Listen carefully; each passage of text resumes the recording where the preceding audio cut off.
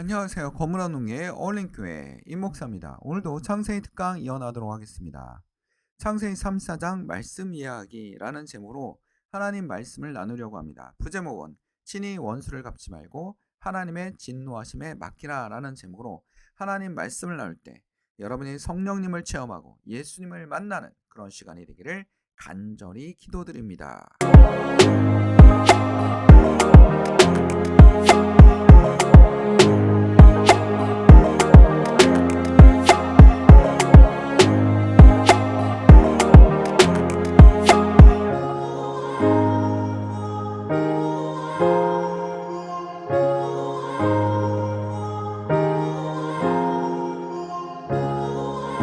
내 사랑하는 자들아, 너희가 친히 원수를 갚지 말고 하나님의 진노하심에 맡기라. 기록되었으되 원수 갚는 것이 내게 있으니 내가 갚으리라고 주께서 말씀하시니라. 로마서 12장 19절 말씀입니다.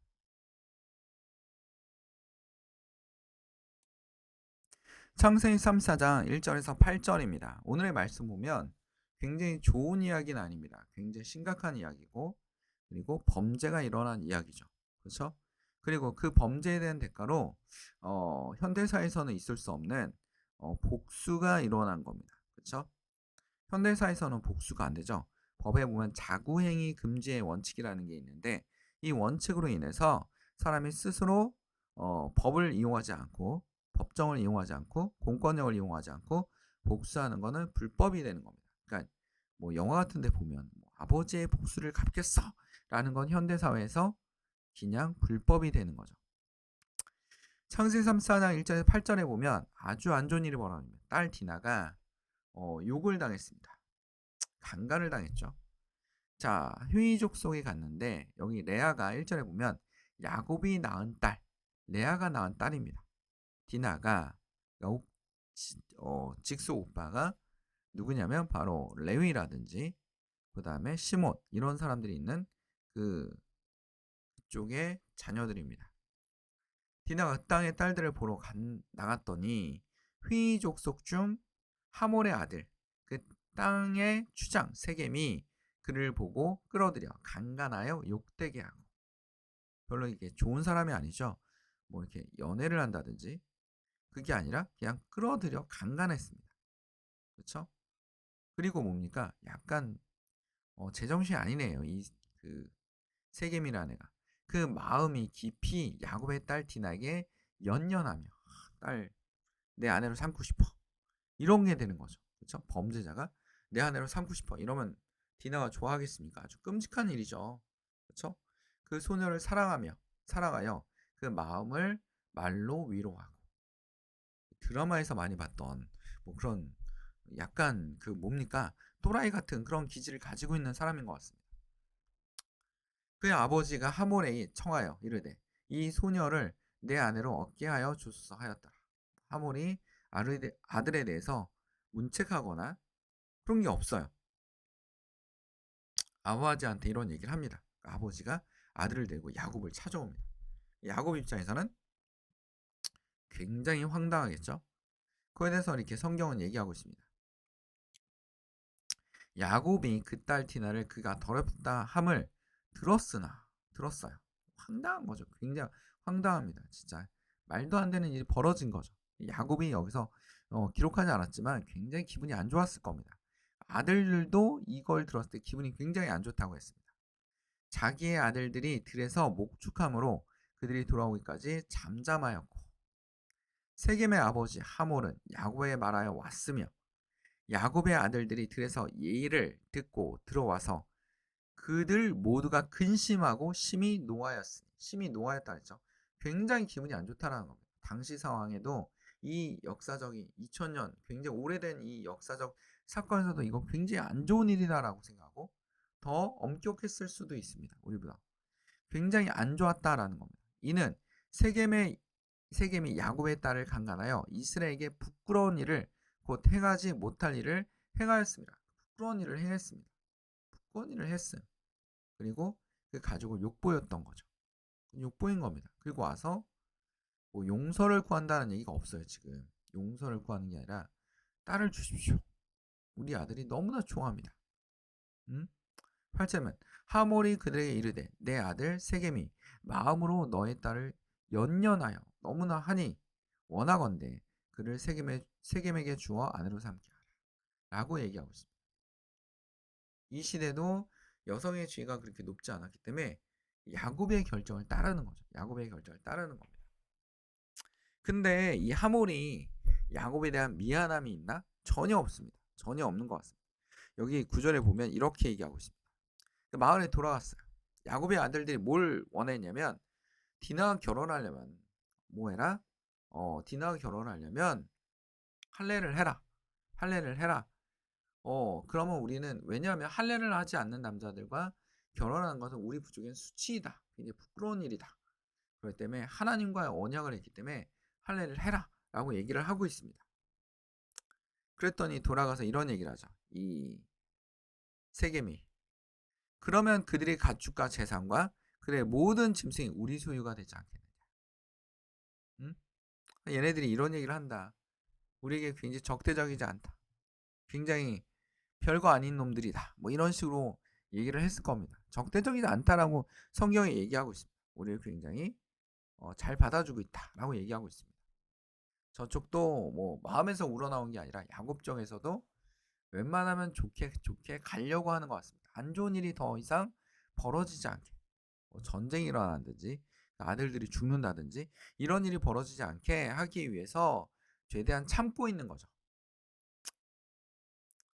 자, 다만 그들의 말대로 하자. 할례를 하자. 그러면 그들이 우리와 함께 거주하리라 라고 얘기하고 있습니다. 그러니까 이들의 마음에도 뭡니까? 이 세겜이라는 사람은 그렇게 좋은 사람이 아니에요. 딱 봐도 그렇죠? 전체적인 34장에서 세겜의 역할은 굉장히 악한 인물처럼 나옵니다. 그리고 그 문제를 이런 식으로 해결하려고 하는 그런 모습이 보이고 있습니다. 그렇죠? 그리고 결혼을 통해서 야곱의 재산을 다 뺏어올 수 있다라고 얘기까지 하고 있어요. 그러니까 다들 칼을 들고 있는 거죠. 아들들도 뭡니까? 할례를 해라. 이건 우리의 언약이다. 우리에게 굉장히 수치다. 그러면 결혼을 해주겠다. 그리고 뒤에서 어떻게 하려고? 치려고 하는 겁니다. 서로 굉장히 거짓된 모습을 보이고 있죠. 뭐 현대사회랑 거의 차이가 없습니다. 현대사회도 서로 겉으로는 굉장히 좋은 얘기를 하면서 뒤에서는 칼을 갈고 있는 경우도 굉장히 많습니다. 자, 창세기 17장 11절에 보면 너희의 포피를 베어라. 이것이 나와 너희 사이의 언약의 표징이다. 즉 아브라함의 후손과 하나님과의 상징적인 언약이었습니다. 이 할례는 언약이었습니다. 근데 이거를 이방인들에게 하라는 것은 아무런 의미가 없는 거죠. 아무런 의미가 없는 겁니다. 하나님과의 언약이기 때문에. 근데 이들은 그거를 할례를 하고 나서 3일 정도 되면 굉장히 아프다고 합니다. 그렇죠? 굉장히 아파서 일어날 수도 없고 힘들어합니다. 그 틈을 타서 시몬과 레위의 아들들을 이끌고 가서 어떻게 합니까? 다 죽여버려요. 살인이 벌어진 거죠. 복수가 벌어진 겁니다. 자, 이게 지금 성경에서 복수가 일어났습니다. 하나님의 뜻일까요? 하나님의 뜻일까요? 사도 바울은 이 얘기를 이렇게 얘기하고 있습니다. 뭐라고 얘기했냐면 내 사랑하는 자들아 너희가 친히 원수를 갚지 말고 하나님의 진노하심에 맡기라. 기록되었을 때 원수 갚는 것이 내게 있으니 내가 갚으리라고 주께서 말씀하시니라. 로마서 12장 19절 말씀입니다. 이 말씀은 하나님께서 처리해 주시겠다라는 겁니다. 오히려 더 좋지 않습니까? 하나님께 맡기라는 겁니다. 하나님께 맡기라는 겁니다. 이런 일이 34장 같은 일이 안 일어나면 좋겠지만 우리가 살다 보면 별별 일이 다 일어나지 않습니까? 정말 원수 같은 사람도 있고 어떻게 하든 사기치려는 사람도 있고 그렇죠? 어떻게 하든 남을 무너뜨려서라도 내가 잘 살게 하려는 이런 사람 있지 않습니까? 우리 이란의 지도자 보십시오. 지도자 하메네이. 자기 권력을 유지하기 위해서 뭐 옛날이나 고대와 중세나 별 차이가 없습니다. 유지하기 위해서 우리 도저히 못 살겠다 하고 일어난 사람들을 강경하게 진압하지 않습니다. 그리고 그들에게 무슨 프라임을 씌우고 있습니다. 이들은 미국과 이스라엘의 앞잡이다. 테러리스트다. 하면서 막 총을 난사하고 해서 엄청나게 많은 사람들이 죽었습니다. 우리나라 우리 민주주의 원칙 중에 사회계약설이 있어요. 사회계약설. 이 사회계약설이 뭐라 하냐면 국가의 존재는 이렇게 이해하고 있습니다. 국가는 국민을 위해서 존재합니다. 국가는 국민을 위해서 존재합니다. 국가의 역할이 무엇입니까? 국민의 생명과 재산과 안전을 지키기 위해서 국가가 존재하는 겁니다. 자연권을 지키기 위해서 존재하는 겁니다. 이게 바로 사회계약설이에요. 그럼 이란의 역할은 하나님의 이 사회계약설에 의하면 지도자가 할 일을 하고 있는 겁니까? 안 하는 거예요? 안 하고 있는 거죠. 안 하고 있는 겁니다. 국민의 생명을 지키기 위해서.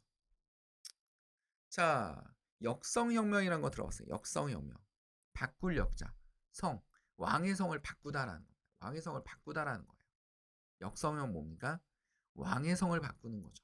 즉, 이 왕이 있는데 왕이 된 뒤로 흉년이 들고 국민들이 살기 힘들어요. 전쟁에도 지고 있어요. 그러면 이 사람은 황제가 아니라는 거죠. 왕이 아니라는 겁니다. 그래서 갈아치워야 된다는 거예요. 이 역성혁명이에요. 공자의 이야기인데 공자가 어떻게 합니까? 갈아치워라. 얘는 왕으로서 역할이 끝났다라는 겁니다. 그런 것처럼 우리가 두 얼굴의 가면을 가지고 있어요. 그래서 두 얼굴의 가면을 가지고 있습니다. 안 좋은 일이 벌어진 거죠. 이런 일이 벌어지면 안 되지만 이런 일에 알고 서로 가면을 가지고 있습니다. 그리고 어떻게 합니까? 야곱의 아들들이 가서 복수를 합니다. 모든 것은 하나님이 지켜주신다라는 것, 하나님이 해주신다라는 것. 복수는 하나님께 있으니 여러분 뭐합니까? 기도하고 기다리는 거죠. 야곱도 여기서 하나님께서 베델에 있었다면 이런 일이 벌어지지 않았겠죠. 그리고 이런 일이 벌어지지 않았다면 야곱은 계속 세겜 땅에 있었을 겁니다. 여기서 막 장사하고 돈 벌고 막 이러고 있었을 겁니다. 야곱의 입장에서. 결국 이 사건을 계기로 야곱은 하나님의 베델 땅으로 가는 일이 벌어집니다. 하나님의 베델 땅으로 가게 되죠. 그리고 이 악한 짓을 한 세겜 족속은 남자들은 섬멸하게 됩니다. 섬멸하게 됩니다. 우리가 힘들고 어려운 일이 있을 때, 견디기 힘든 일이 있을 때 하나님께 기도할 수 있는, 하나님께 무릎 꿇고 얘기해 볼 수 있는, 그리고 기다릴 수 있는 그런 마음이 좀 더 필요합니다. 복음주의 신학자들도 이렇게 책을 읽어보면 모두 다 이렇게 얘기합니다. 기다림의 믿음, 좀 더 하나님께 의지할 수 있는 믿음이라는 것을 34장이 말하고 있다라는 겁니다.